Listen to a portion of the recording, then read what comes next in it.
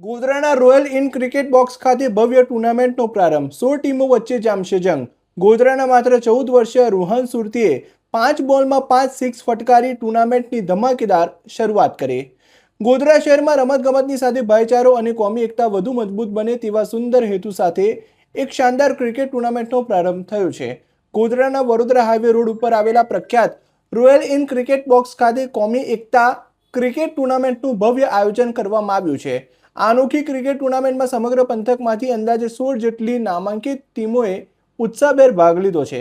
ગોધરાના રમત પ્રેમીઓ માટે આ ટુર્નામેન્ટ આકર્ષણનું કેન્દ્ર બની છે. સમગ્ર ટુર્નામેન્ટનું સફળ આયોજન ગોધરા શહેરના જાણીતા અને લોકપ્રિય ક્રિકેટર સલમાન હુરી તેમજ સુલેમાન યાયમન દ્વારા સંયુક્ત રીતે કરવામાં આવ્યું છે, જેમણે યુવાધનને રમતગમત તરફ વળવા અને એકતાનો સંદેશ આપવા માટે આ પ્રશંસનીય પગલું ભર્યું છે.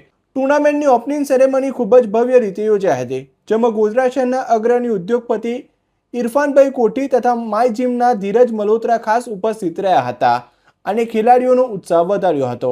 આ શુભ પ્રસંગે શહેરના અન્ય અગ્રણીઓ સહિત મોટી સંખ્યામાં ક્રિકેટ પ્રેમી જનતા અને સ્થાનિક લોકો હાજર રહ્યા હતા અને ટુર્નામેન્ટને સફળ બનાવવા ચીયરઅપ કર્યો હતો. ટુર્નામેન્ટની શરૂઆતની 2 મેચમાં 14 વર્ષીય રૂહાન સુરતીએ પોતાની ટીમ માટે સારું પ્રદર્શન કર્યું હતું, જેમાં પ્રથમ મેચમાં 9 બોલમાં 36 અને બીજી મેચમાં 18 બોલમાં 56 રન ફટકારી મેન ઓફ ધ મેચ પોતાના નામે કરી હતી.